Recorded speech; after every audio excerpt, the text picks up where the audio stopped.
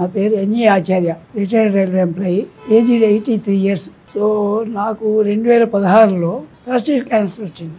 దానికి నేను ట్రీట్మెంట్ తీసుకున్నాను. ఇంతవరకు అది బాగానే ఉంది. ఈ మధ్య లాస్ట్ ఇయర్ నవంబర్లో నాకు కొంచెం ఎండోస్కోప్ చేసినప్పుడు చిన్న డాట్ కనపడింది.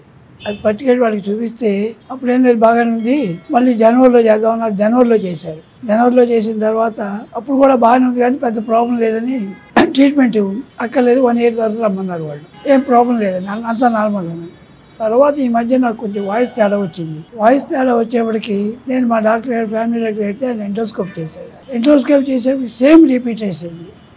సరే మళ్ళీ వెళ్ళా. అప్పుడు డాక్టర్ సుబ్రహ్మణ్యం గారు అనుకుంటే ఆయన ఆపరేషన్ తప్పితే వేరే మార్గం లేదానికి కీమోథెరపీ, రేడియోథెరపీ తట్టుకోలేరు, అది కూడా ఎనస్థీసియా యాక్సెప్ట్ చేస్తేనే చేస్తా ఉన్నారు.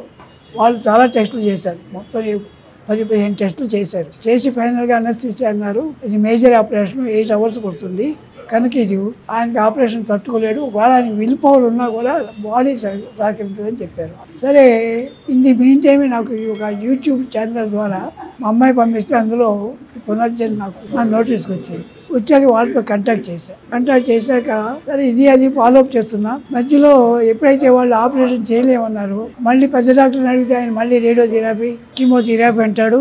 ఆల్రెడీ ఆ రేడియోథెరపీతో నాళం సన్నబడిపోయింది, మళ్ళీ చేస్తే ఇంకా సన్నబడిపోయి మళ్ళీ పైప్ వేయాల్సి వస్తుంది, మళ్ళీ లిక్విడ్ పోయాల్సి వస్తుంది. ఈ బాధలకన్నీ కూడా ఈ పునర్జన్కి ఎడితే బాగుంటుందని చెప్పి నేను వాళ్ళతో కాంటాక్ట్ చేస్తే నాకున్న ప్రాబ్లం వల్ల సైట్ ఇంప్రూవ్మెంట్ ఉంది. నేను 20 days నుంచి వాడుతున్నా. అయితే కొంచెం 6 రెస్ట్రిక్షన్ మటుకు ఈ ఏజ్లో చెయ్యాలా అని ఆలోచిస్తున్నా, అంత మించి లేదు. అదర్వైజ్ హాస్పిటల్ నుంచి కూడా ఫాలో బాగుంది. ఇప్పటికి 3 సార్లు చేశారు. నాకు ఎలా ఉంది, మందు వాడుతున్నారా, ఎలా ఉందని కొంచెం సైట్ ఇంప్రూవ్మెంట్, కంప్లీట్గా చెప్పలేదు కానీ ఓన్లీ 20 days అయింది కాబట్టి సైట్ ఇంప్రూవ్మెంట్ ఉంది. అది నాకు 2-3 కూడా నేను ఈ హాస్పిటల్ రిఫర్ చేశాను కూడా. Thank you very much.